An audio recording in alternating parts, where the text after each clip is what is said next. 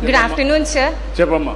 Good afternoon, sir. Please, Amma. I'm Dr. Pravalika Thiruman Setti, gynecologist working in the government hospital, Vijayawada.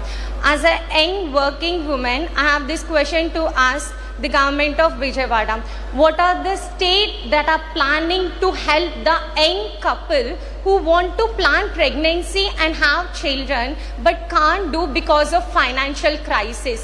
తెలుగులో అందరికీ అర్థమయ్యేలాగా కొత్తగా పెళ్ళైన నూతన జంటలకి వాళ్ళు ప్రెగ్నెన్సీ పిల్లల్ని ప్లాన్ చేసుకోవాలన్నా కూడా ఆర్థిక సమస్యల వల్ల పిల్లల్ని ప్లాన్ చేసుకోవడానికి ఆలోచిస్తున్నారు. దీనికి గవర్నమెంట్ ఏం చేయాలనుకుంటుంది? ఓకే అమ్మా, ఇప్పుడు నువ్వు చెప్పింది ఒక ఇష్యూ. అది నేను పనిచేస్తాను, ఎట్లా పాలసీలు తీసుకురావాలి, కొత్తగా జనాభా నిర్వహణ పాలసీ తీసుకొస్తాం, అందులో ఈ సమస్య కూడా అడ్రస్ చేస్తాం. మీరు కూడా మీ సూచనలు ఇవ్వండి, నేను అవి కూడా తీసుకొని చేస్తాను డెఫినెట్గా. అంటే ఒకేసారి అన్ని పాలసీలు కూడా ఒక వ్యక్తికి చేస్తాం, కానీ చేసినప్పుడు అది సస్టైనబిలిటీ ఉండాలి, అది ఉపయోగపడాలి. డెఫినెట్గా మీరు ఇచ్చిన సజెషన్స్ అన్నీ తీసుకుంటా. ఎన్ని వీలైతే అన్ని సమస్యల్ని పరిష్కారం చేయడం కోసం మనం అందరం కలిసి పనిచేద్దాం డెఫినెట్గా అమ్మా. ఏమనుకోవద్దండమ్మా, టైం తక్కువ ఉంది, అందరూ వెళ్ళాలనుకుంటున్నారు. మీరు ఏదైనా ఉంటే రాసి ఇవ్వండి, లేకుంటే మీరు ఇటు రండి, ఫోటో తీసుకోగలుగుతారండి. మీ ముగ్గురు మాత్రం, మీ ముగ్గురు రండి, ఇట్రా, నువ్వు కూడా వచ్చేసి. Thank you, sir. Thank you so much for the interaction. I invite Shri M.T. Krishna Babu Garu, Special Chief Secretary to Government, to propose vote of thanks.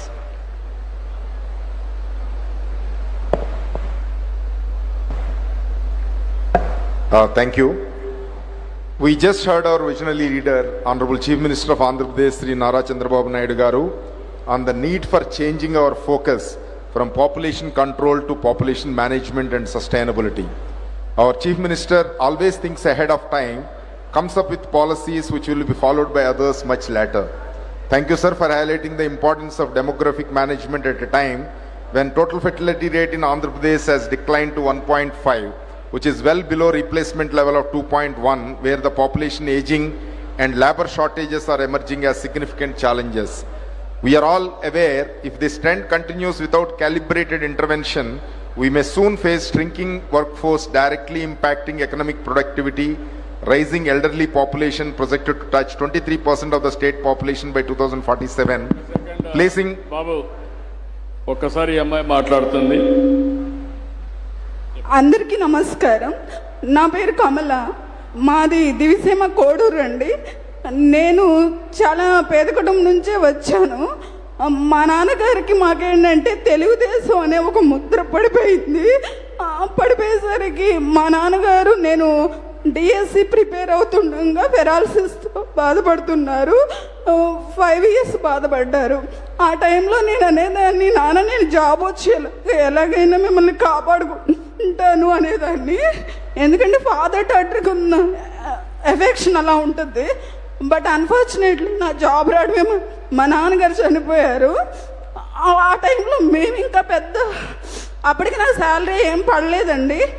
ఆ టైంలో అప్పుడున్న గవర్నమెంట్ ఏం చేస్తుందంటే డోక్రాలో వచ్చే డబ్బులు కూడా మాకేదైతే తెలుగుదేశం అనే ఒక బ్రాండ్ ఉందో మా ఇంటికి అలా పడిపోయింది, అది కూడా రాకుండా చేసేసారు. అప్పుడు మా అమ్మ పడిన కష్టం వర్ణాతీతం అండి.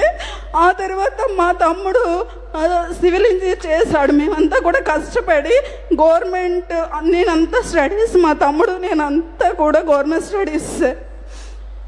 మా తమ్ముడు ఇక్కడ విఎస్ సిద్ధార్థలో ర్యాంక్ వచ్చి సివిల్ ఇంజనీర్ చేసినప్పటికీ మా నాన్నగారిని కాపాడుకోవాలని చెప్పి సర్వేర్గా 1 attempt-లోనే తనకు మంచి ర్యాంక్ వస్తే దగ్గరలో కోడూరు మందపాకల్లోనే వచ్చిందండి.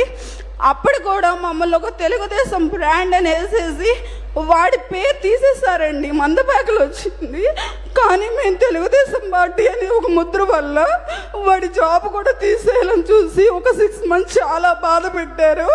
ఆ తర్వాత ఎలాగోలాగో వాడి ర్యాంక్ రావడము, ఆడి టెస్ట్లన్నీ పాస్ అవ్వడం వల్ల తనకి వచ్చింది. ఆ తర్వాత కూడా ఇలా మేము చాలా ఫేస్ చేసామండి. మా మీద ఒక ముద్ర అనమాట, మా ఇంటికి కోడూరు దివిసీమస్ అలా అనమాట.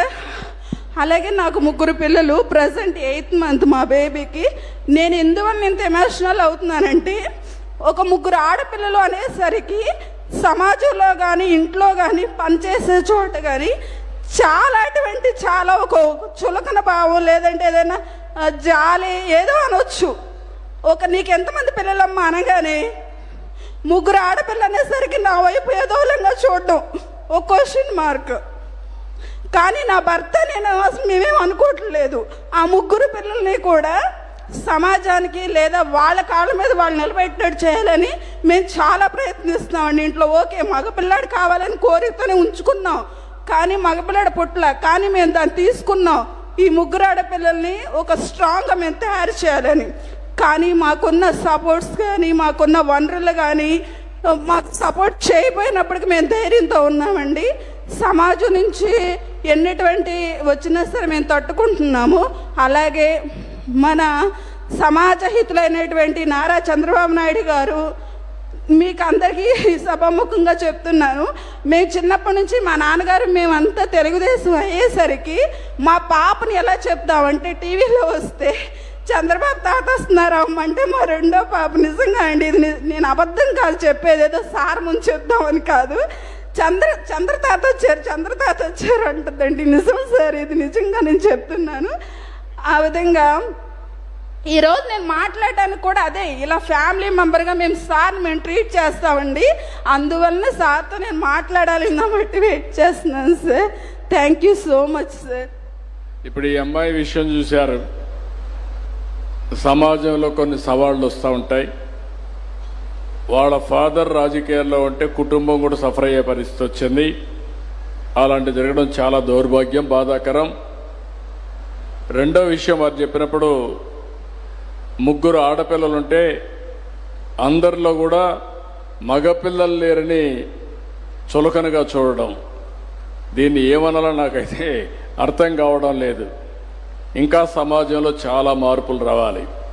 నేను ఆ అమ్మాయికి ఒకటే చెప్తున్నా, మీరు 3 ఆడపిల్లలు, మీరు అదృష్టవంతులు. మగపిల్లల కంటే ఆడపిల్లలే తల్లిదండ్రుల్ని బాగా చూసుకుంటారు, నాకు అనుమానం కూడా లేదు. ఈరోజు మగపిల్లల కంటే ఆడపిల్లలకే భవిష్యత్తు బ్రహ్మాండంగా ఉంటుంది, దాంట్లో కూడా అనుమానం లేదు. నువ్వు ఒక రోజున గర్వపడతావమ్మా. ఈరోజు నేను చెప్పిన విషయం గుర్తుపెట్టుకో, you will be very happy. Thank you, I wish all the best. Thank you. గట్టిగా చప్పట్లు కొట్టి అభినందించండి. మీలో కూడా మగవాళ్ళల్లో అందరిలో మార్పు రావాలి, ఆడవాళ్ళలో కూడా రావాలి. నేను ముందే చెప్పాను, ఆడవాళ్ళలో కూడా ఆడపిల్లలంటే చులకన, మగవాడైతే ఇంట్లో ఉంటాడు ఏదో చూసుకుంటారని ఆనందం, అది కరెక్ట్ కాదు. ఇప్పట్లో మగపిల్లలైనా ఆడపిల్లలైనా రెండూ సమానమే. ఒక మాటలో చెప్పాలంటే భవిష్యత్తులో ఆడపిల్ల ఇంటికి లక్ష్మీదేవి లాంటిది. ఆ విషయం మీరు గుర్తుపెట్టుకోవాల్సిందిగా కోరుకుంటున్నా.